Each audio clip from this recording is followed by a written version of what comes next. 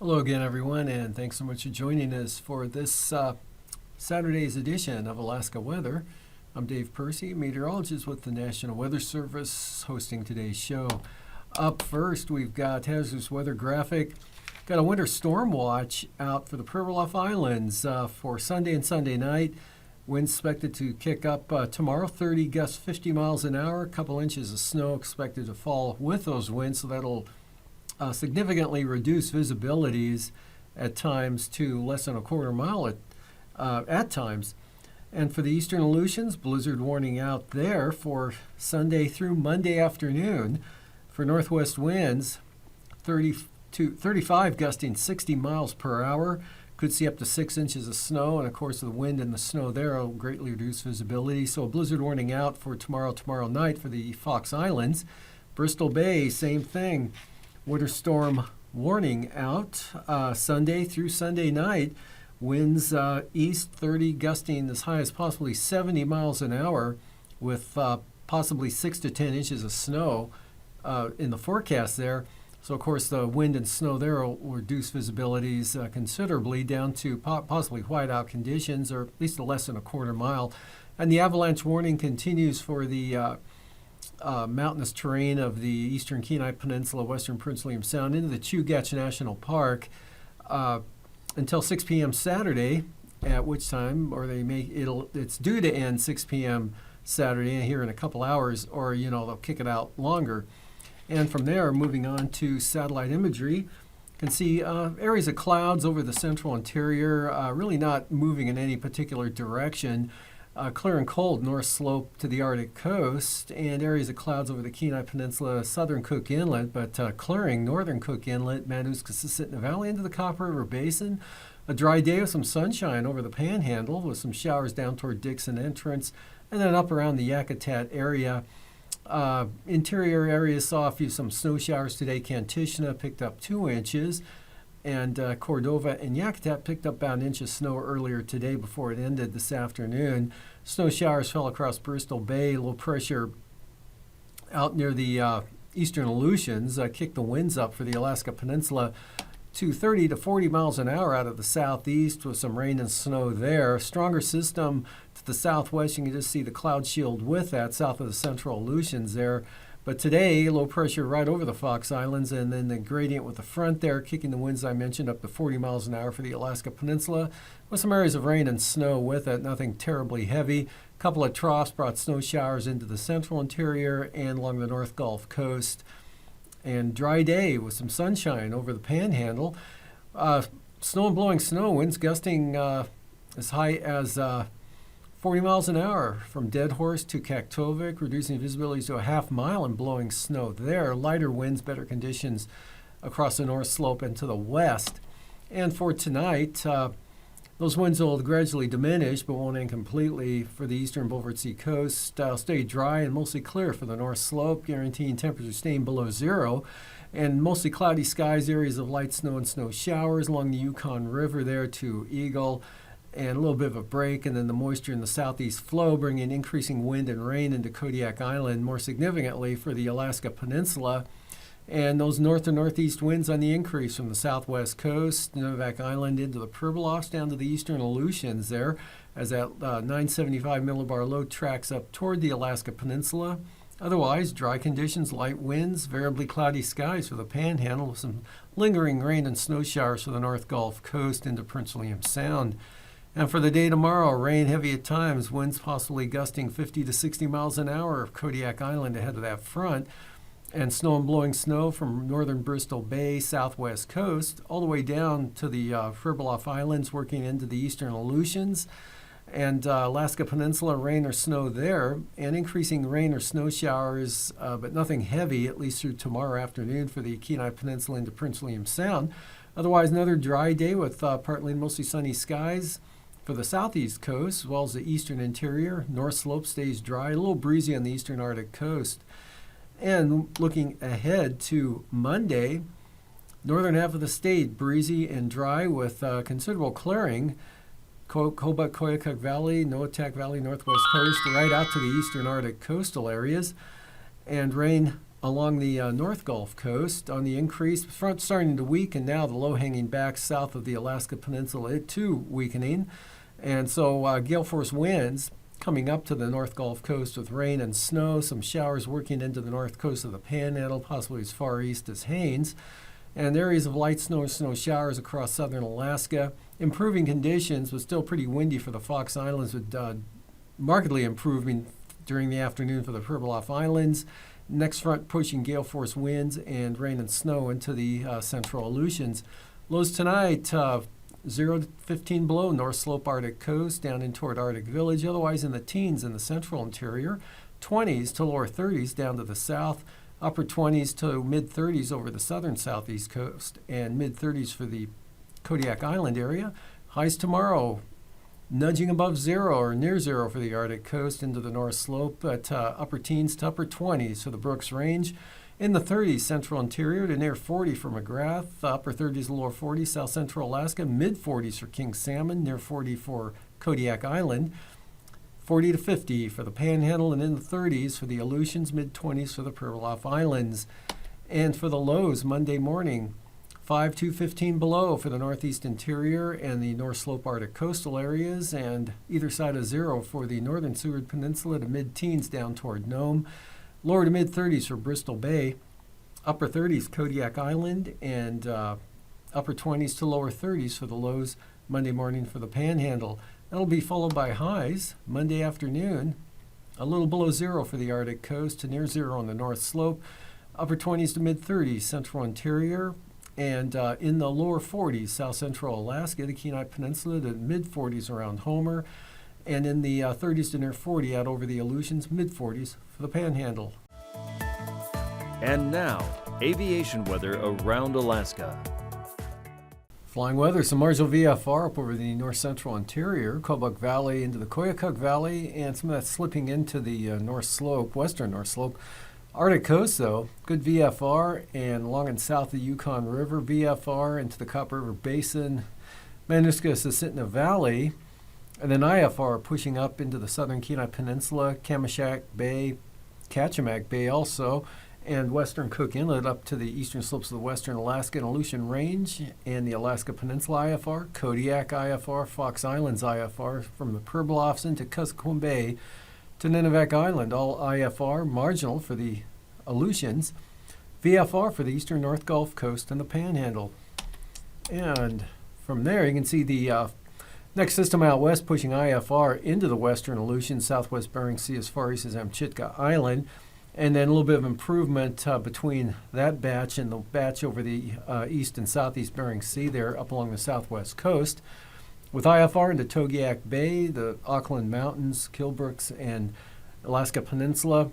On Alaska Island, IFR, Unmak Island, marginal, same thing for Adak and Atka. And that band of IFR still along the western slopes or the eastern slopes of the western Alaska Range, southern Cook Inlet, Kamishak, Kachemak Bays, Kodiak Island, right in the thick of the IFR. And that zone right up along the southern eastern Kenai Peninsula into Prince William Sound. Interior looking pretty good with some areas of marginal VFR and other areas of VFR. And good VFR, Yakutat down across all the Panhandle. And then on Monday morning, start seeing some marginal VFR show up along the north coast of the Panhandle with IFR for the North Gulf Coast, Yakutat westward to the Kenai Peninsula, Resurrection Bay, southern Cook Inlet, Kamishak, Kachemak Bay, still IFR, marginal for Kodiak Island, IFR, Aleutian Range, Alaska Peninsula, the eastern Aleutians, and a zone there along the southwest coast, including Nunivak Island, marginal for the Pribilofs, IFR slipping into Adak, and VFR for St. Lawrence Island and the northern half of the state right out to the Arctic Ocean. Anatuvik tomorrow, looking good, VFR. Same forecast for Adigan, VFR, either approach, and Lake Clark and Merrill, IFR, lowest conditions, both passes on the eastern entrance, a little better out west. And that same thing for rainy, an IFR day with lowest conditions, east side better to the west. Windy, VFR. Mentesta and Isabel, both VFR. Jumping to Tanita, VFR becoming marginal with some moisture coming in from the east-southeast, so that'd be into the eastern entrance there, staying VFR on the west side. Excuse me. For Portage, marginal VFR becoming IFR, especially the eastern entrance throughout the afternoon toward evening. And Chilcoot and White, VFR through the entire day. Freezing levels at the surface just south of the Pribilofs yet, in across northern Bristol Bay, cutting across southern Susitna Valley and the central Copper River Basin, and just about north of the Panhandle, 2,000 feet though, way down toward Dixon Entrance. And icing, we've got some considerable moderate rime ice with a big storm coming in to the Alaska Peninsula there, spreading up to the Aleutian Range, southern Kodiak Island, another zone there right across Togiak Bay, maybe Dillingham, into the southwest mountains, and then lighter icing threats around those zones up into all of the southwest part of the state there, and the Alaska Peninsula, spreading into the Kenai Peninsula and Cook Inlet. And the jet stream, kind of a sharp trough there over the eastern Bering, supporting that big storm coming into the Alaska Peninsula, and the backside of that northerlies up to 105, 120 knots across Adak and Atka. Otherwise, southwest 65 become west-northwest 80 knots over the eastern Copper River Basin down across the Panhandle.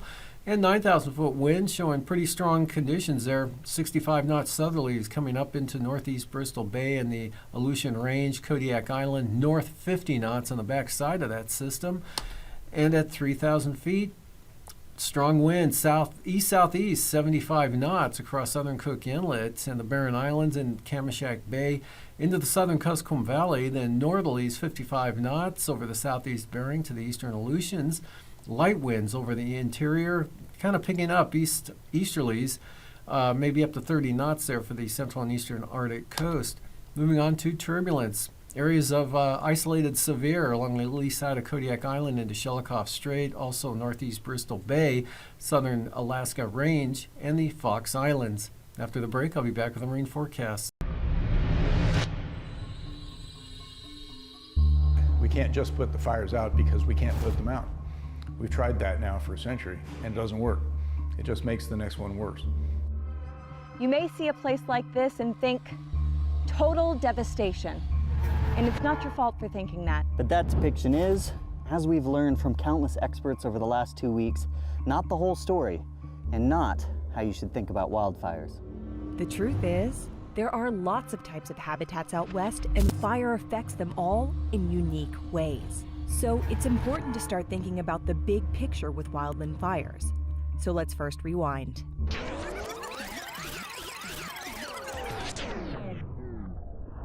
To help us understand what's going on out west, Rob and I started calling up the experts, and what we found was that the story of fire, particularly in the west, is complex. So to understand it, we planned a road trip. Road trip time! The goal of our road trip was to see as many forests as we could and meet experts around the region to help us understand the role fire plays out here. First destination was to find the forest burned by the now famous Great Fires of 1910. And at the heart of what is known as the Big Blow-Up, the logical first place to stop, the city of Wallace. Hi, Sarah. Hi. Good. Haley and I are in this cute town of Wallace, Idaho, which was completely destroyed by the 1910 fires. You can see how much damage this fire actually did. Let's send up the drone and see what the surroundings look like now. What we found was a small town surrounded by a dense forest, with every single tree just over 100 years old. So everything we see behind us now, that's all new growth since 1910. And to help us put these historic fires and the forests around Wallace in perspective, we met up with historian Diane Smith.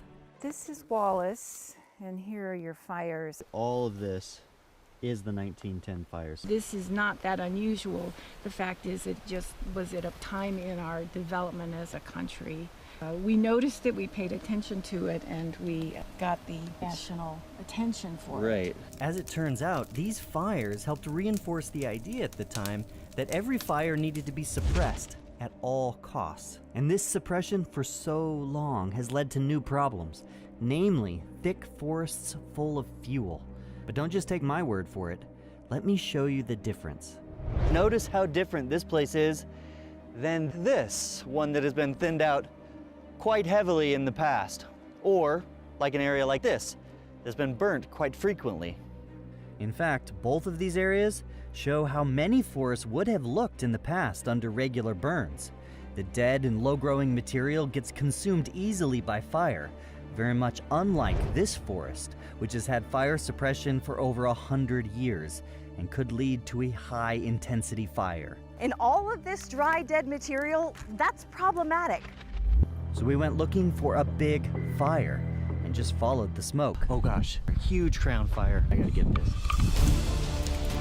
These high-intensity fires aren't great because in many forests they kill all the trees over a large area, even in forests that used to be very resistant to frequent fires. And nobody knows that better than the people that work in this particular forest. There's green coming back, and I guess I've gotten somewhat used to it, and I still have hope that the entire Sierra Nevadas won't look like this, that we can maybe get ahead of it. So the fires nowadays can move from the surface right into the tree canopies really easily, where in the past, fires would have kept trees pruned, they would have kept fuel densities low, and so now you end up with a lot more high severity fires in the West than had a fire regime kept under its historic recurrence. This to me is more a lesson of fire exclusion and keeping fire out of the system. If we're keeping it out of when it would burn with a beneficial effect, it will burn, and the probability of it burning at an unbeneficial state is higher. So again, this is where it's complicated.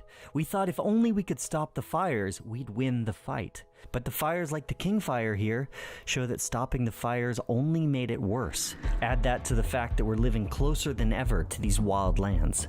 So to help us understand the wildland-urban interface, we met up with CAL FIRE. And as we were pulling up to this neighborhood, one of the residents quickly came out to tell us about the latest fire. Yeah, our biggest fear is fire. It was very scary. I mean, everybody was honking and get out, and you know, there's a fire. This is the risk across California. The response piece alone isn't going to solve this challenge if the homeowners aren't organized. Because we're all in the same boat. We're one match away from everybody losing everything. It's a real fear. Literally, we could have that fire spread up in here within a matter of seconds. Wow. California is going to have fires. We're not going to stop all the fires in California, so we have to have an infrastructure that's fire resistant. We need to work on policies that help us engage in active management of our forest. That's using prescribed fire as a tool. It's all the things in the toolbox. It's a combination of managing our forest and a combination of protecting our communities that are in them. If it wasn't complicated enough, this made it very clear that you can't just let the fires burn whenever they start. The forests need to be managed to help mitigate the risk to us. But using fire seems to be one of the keys to making things safer, and knowing the science behind fire is always key to implementing good management. Fire Sciences Lab, right over here. So we made a stop at the Missoula Fire Lab to try to understand what we know about fire. You see the flames at the very top and how they're sticking to the slope? They really are. Everybody's laying down. They're laying down. Well, that's flame attachment. Actually a very difficult thing to understand. Here at the Fire Lab, the scientists study the basics of fire. Understanding the complexities here helps firefighters and forest managers in the field better predict and fight wildland fires. Fires are inevitable. The only choices that we really have is what kind of fire to have and when do we want it. And that's it. Almost? Ready. You're ready. Jason's ready. Mark's team is prepping to light a huge bed of precisely cut cardboard. You're not going to be in any danger. So when the lights go out, don't move. Gasoline. This is one of many experiments they'll run to understand the physics of fire, how it moves, how it spreads, and all of this measured by precise scientific instruments and high-speed cameras.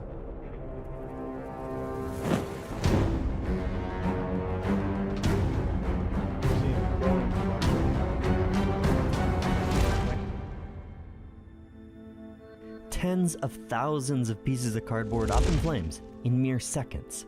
The ongoing research will help us better understand fire with the ultimate goal that we can live better with it. But can we do that? There is one forest we knew of that seems to have figured out this coexistence with fire, a place where fires burn all summer, every summer. It's part of their way of life and a mentality we wanted to know about. And here we went out with our guides Frank Lake and Steve Valentine, who work with the local U.S. Forest Service and tribe to help keep a healthy forest. This is perfect. The fires basically come through and cleared out the understory, and all that's left are the trees. Yeah, it's black and it's charred, and you just see a few of the earliest sprouts, but you come back in here a year, it's going to be alive again.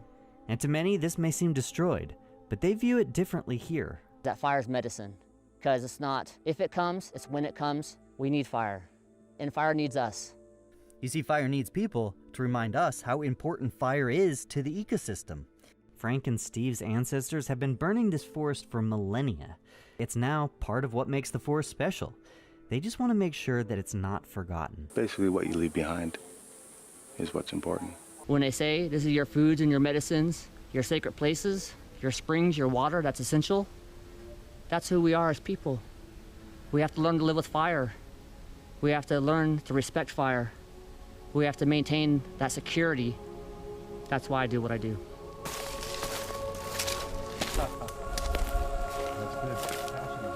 Haisley and I have learned a lot on our journey. We've learned that fire is complicated, and it's not as black and white as we make it out to be, and it is an integral part of our forests. They've had fire running through them for thousands of years, and they will continue to have fire in them in the future. And we can't always put the fires out. We have to decide what kind of fires to live with, and that is why we need to work with these fire crews from around the country.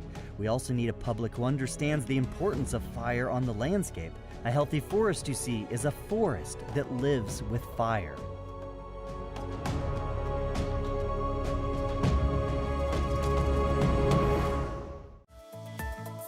And now, marine weather around Alaska. Looking at today's sea ice analysis, heavier pack ice in around St. Paul Island and thinner ice still down around St. George Island, and not much change expected for the next few days. Increasing winds will continue to pull the ice to the south and southwest. Moving on to coastal water forecasts. For tomorrow, northwest winds 20 knots on the outer coastline on the south coast, and variable 10 knots for the north coast, seas at about 6 feet. Light variable winds over the central inside waters, Stevens Passage area, and Lincoln Glacier Bay, northern inside waters, south at 10. Clarence Strait, northwest winds 15 knots, seas 3 feet. And for Monday, small craft advisories along all the coast for southerly winds, mostly 30 knots, a little bit lighter on the south coast at about 25. Southeast 25, that's good for small craft advisories for Clarence Strait for Monday with seas at about 5 feet. And southeast 20 for Stevens Passage, northern inside waters, southeast 15. Prince William Sound. For the day Sunday, light east winds. Northeast winds 20 knots, northern Cook Inlet, south of the Foreland small craft advisories, northeast 25. And good gales, Kamishak Bay, right out of the east 45 knots, east 40 knot winds in the forecast for the Barren Islands. Western North Gulf Coast, small craft advisories, east winds 30 knots, southeast 20 for Middleton Island. And those pick up for the eastern North Gulf Coast to 40 knots out of the southeast on Monday. Prince William Sound, east winds 30 knots, seas 7 feet. Gale warning southern Cook Inlet, north winds at 35 knots. Otherwise, small craft advisories, northern Cook Inlet for north winds at 30 knots. Northeast winds 40 knots for Kamishak Bay, and southeast at 35 for the Barren Islands with 15-foot seas.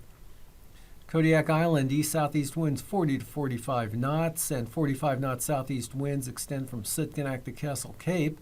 Otherwise, for the Alaska Peninsula, north winds 30 knots, and almost a storm warning there for Bristol Bay, but not quite. East 45 knots with 6-foot seas.